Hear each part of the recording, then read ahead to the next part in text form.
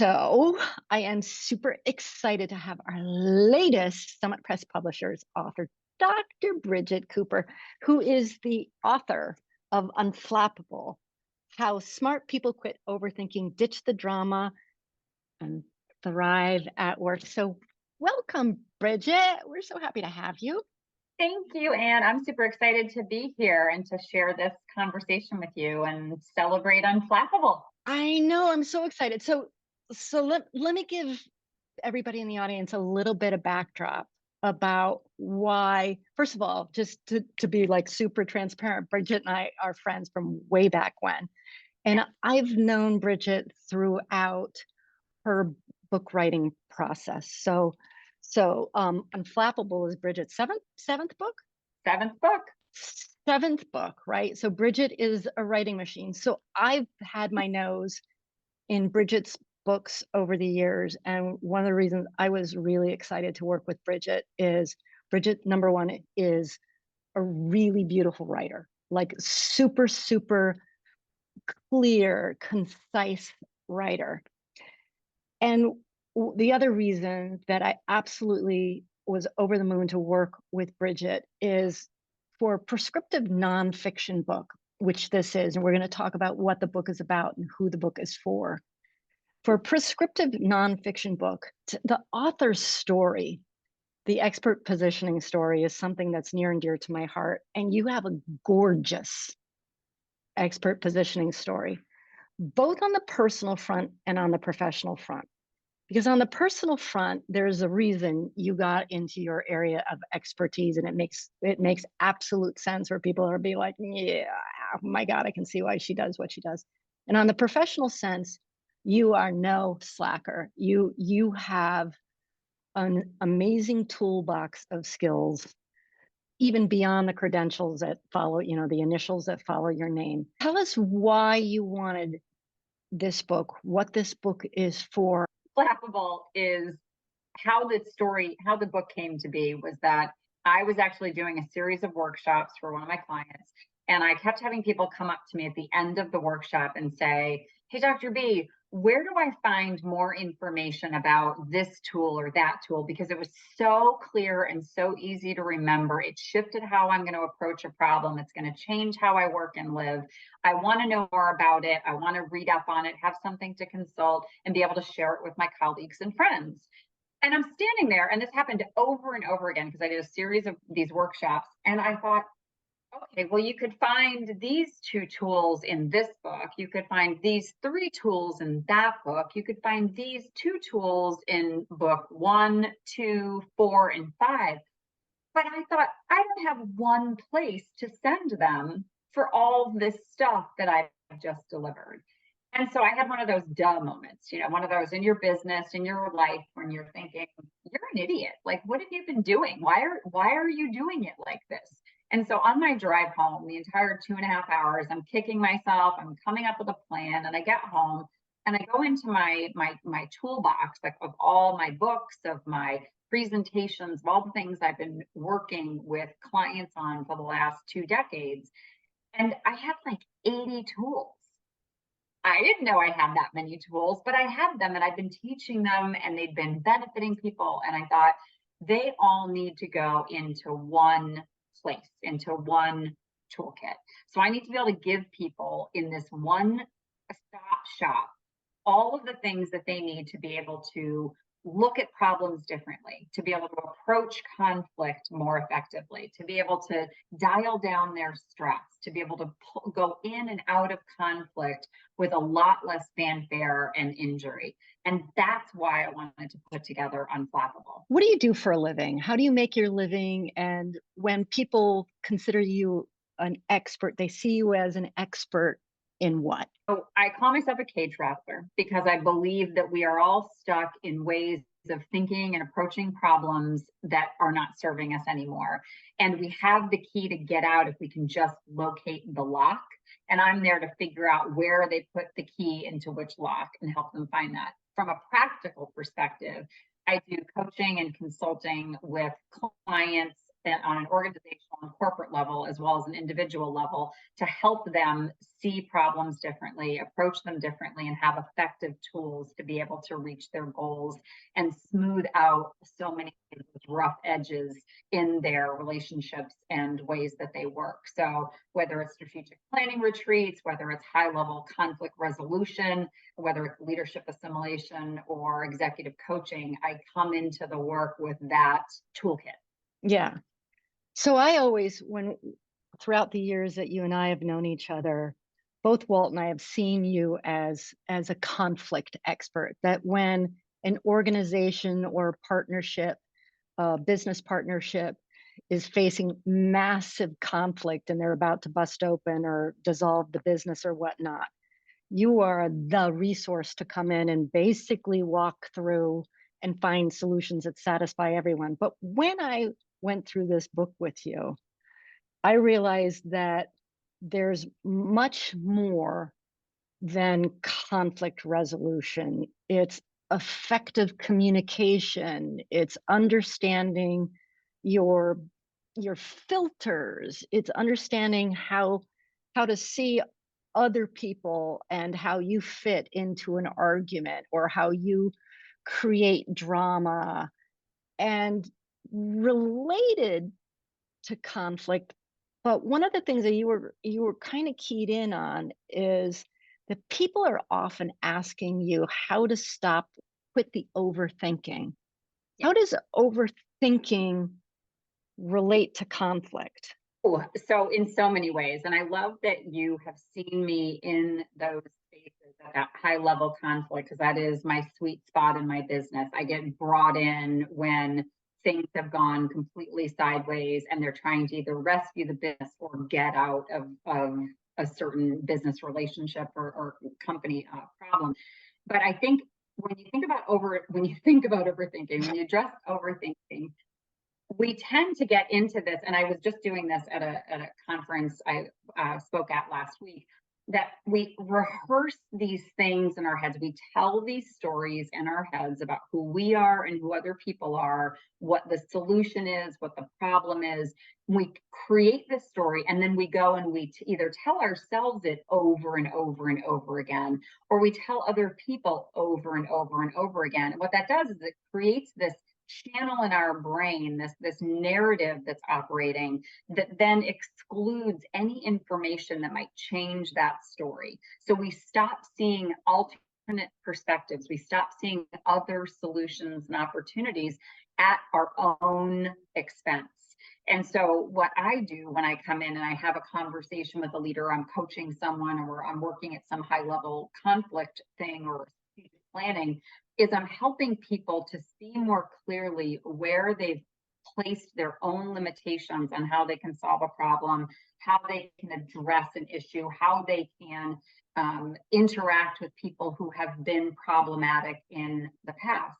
And so it isn't just about conflict, it's about stopping that, kind of getting stuck in their own heads and being able to step out and see things more clearly so that they can act instead of analyze. I'll tell you, when everybody on the team was working on this book in different capacities, people would come to the table, in team meetings, and they would say, I saw what I do here in the pages of the book. And I think cognitive distortions was a big one for me, because I was reading the cognitive distortions and I'm like, oh my God, I do that. I see exactly how I do that. I see how I bring my background and lay it over every fresh interaction.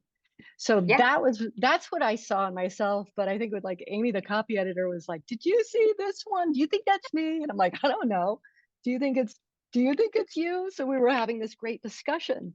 Clearly people are listening to this and they think, well, this is a book that's good for everyone. Everyone could use this book. And yet when we sat down and we were choosing to carefully craft who we were speaking to in this book, who did you come up with for the target reader in this, and why? Leaders upper level managers, sometimes business owners who are getting there, but getting there at their own expense, and wanting to find another way so that every interaction doesn't have to be the stressful interaction that they've been experiencing. And I wanted to be able to alleviate some of that struggle by providing clarity and opportunity to see things themselves and other people differently, so they could approach every problem that they see in their businesses and in their lives differently. So we're both, Bridget and I and Summit Press, are all about really well written books. I mean, it's a perfect partnership because, Bridget is, again, a super clear writer, and there's no putting anything out in the world that's not clean and crisp and in service to the audience. But anytime you're going to put an expert positioning book out into the world, it's really smart to know how the book is going to lead readers into your other offerings. Yeah.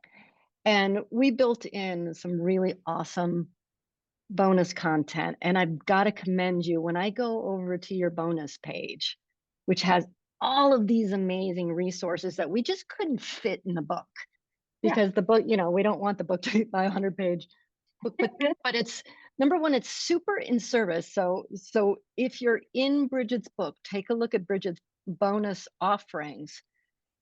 Where can a reader who sees the tools and who sees these amazing bonus tools and all this other stuff that they can use in their life, in their work life, and by the way, also in their home life, because the same concepts hold over into your home life. Where can this reader who's really interested go to work more closely with you to get a deeper transformation? So they can go to my website. So first of all, that's how they get the bonus content. If they hop on over to drbridgetcooper.com, they can either go through the page and click on and order Unflappable right from there. They can click on Unflappable resources on the menu line and go over to that, join my community, grab those resources. And also on that page, they can sign up for a free 15-minute conversation with me to see how it might be to have me bring those tools to the conversations we're having in a way that we can test out, we can try them out, we can dig deeper, we can really custom apply them to the particular situation they're in. Because I think one of the things that Unflappable does is it gives the reader the toolkit that they need. And I think it gives them a really clear way of being able to link one tool to another.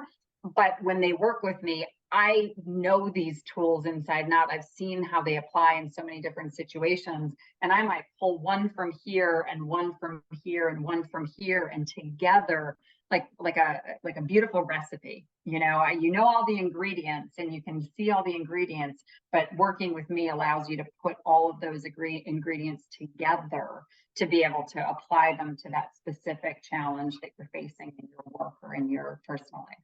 Every single person who writes and puts a book out in the world, they have, I'd call it a fantasy, but it's not really a fantasy. Is they have high hopes for their book. They have a thing that they're imagining the book will do or become.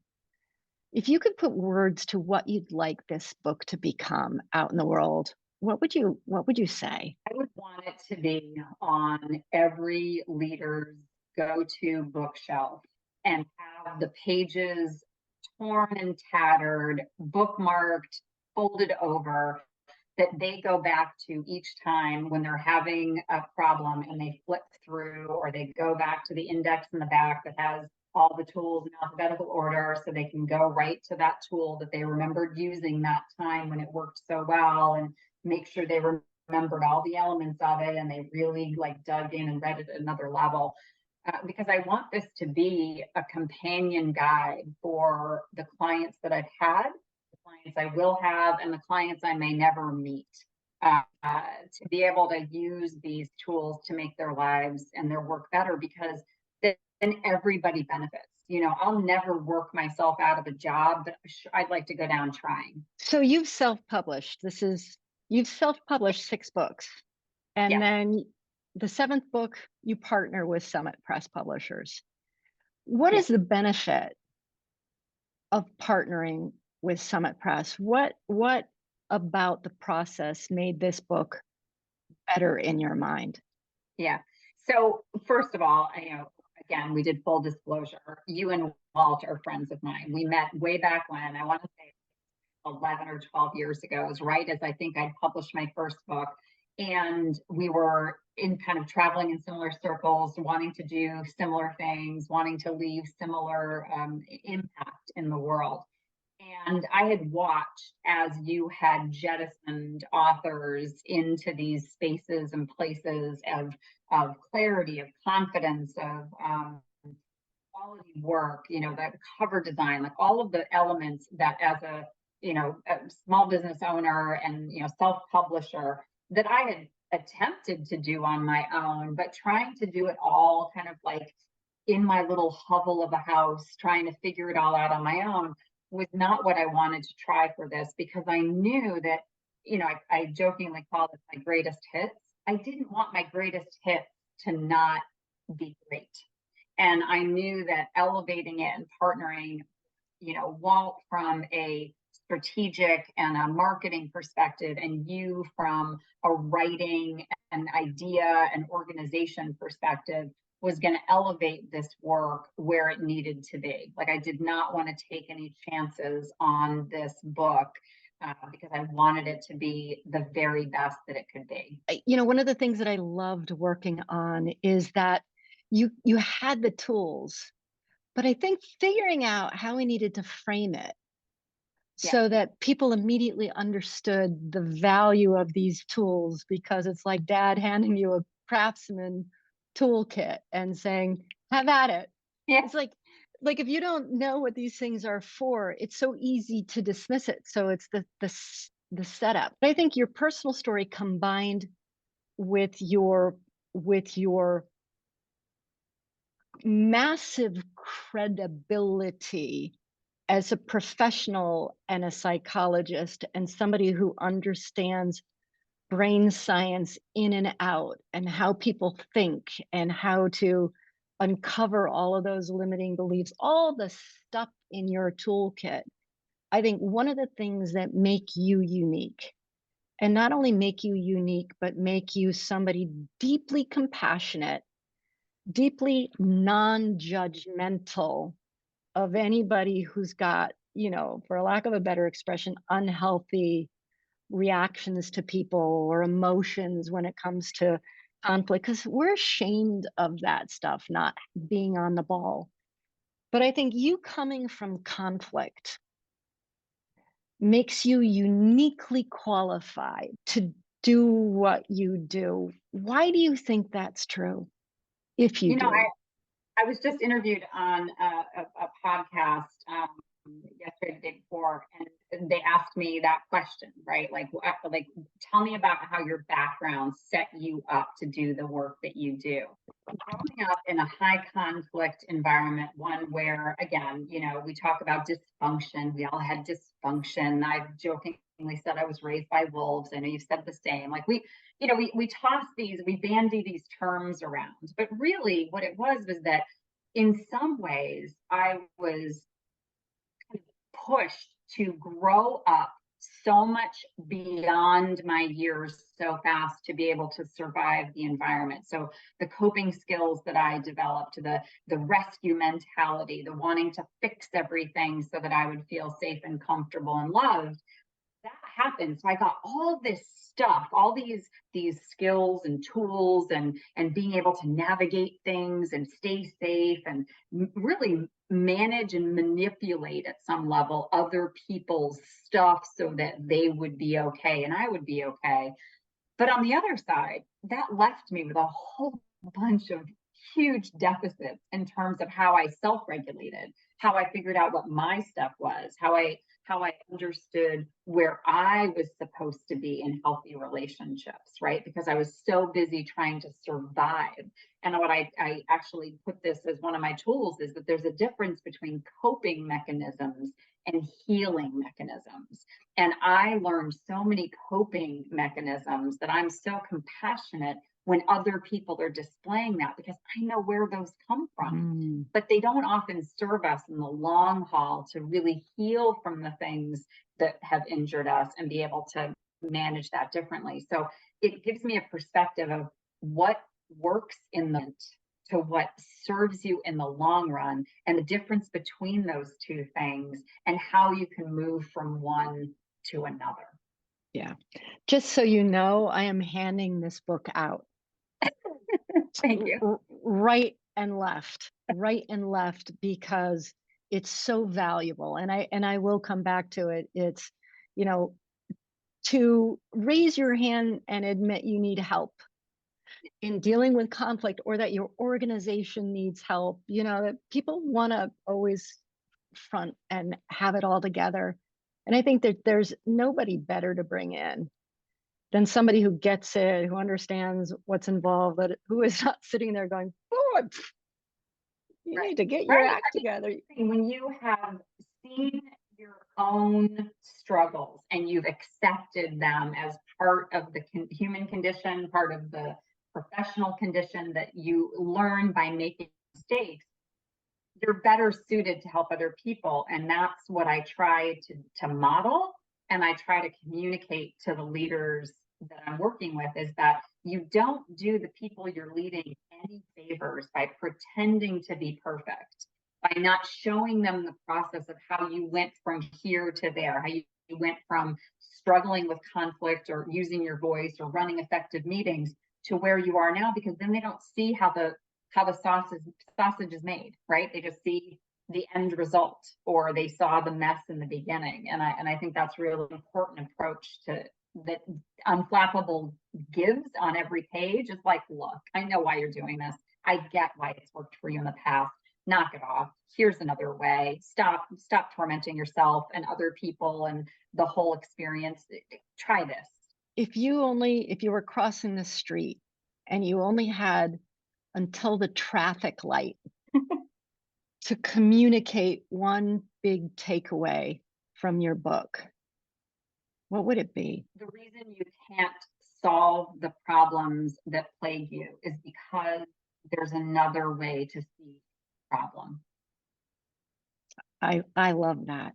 I would say my biggest takeaway from this book is, if you keep experiencing the same problem over and over again, and you think that others are crazy, that if that's the case and you're the common denominator, there's probably something you're missing. And I think it's the minute you start thinking that way too many people are crazy, right, is the perfect time to start exploring what you're bringing to the equation, right, that can be cleaned up for your sake, right. first and foremost, and then for others. I think it's true. I mean, I do want to say and validate the people out there who are like, yeah, but Anne, there are a lot of really troublesome people. And you and I know that there are. And that's a fact. I think the difference is, and what Unflappable, people have been asking me what Unflappable means to me. I'm like, look in the dictionary. And that's where I go to with it. So simply, is that it is either having or seeming to have calm in a crisis. What happens is, when we focus on what other people are doing and how nutty they're behaving or how irritating they are, we ignore all the ways in which we can work on our own self-regulation, on our own patterns, on our own contributions to the problem, because we're focusing and waiting on them to fix their stuff so that we can feel better. And what happens with that is that their flappability then makes it so that we are flappable. And what I want to focus everyone's attention on is seeing the problem differently, seeing that you have power where you didn't acknowledge it before, so that whatever other people are doing, whatever nonsense they're bringing to the table, you can in fact still hold on to your calm and your clarity and your strength. Oh, I love that. Anyway, I wanted to just end our conversation with how proud that we are to be associated with you and your work out in this world, because it's vital work, and with this beautiful book.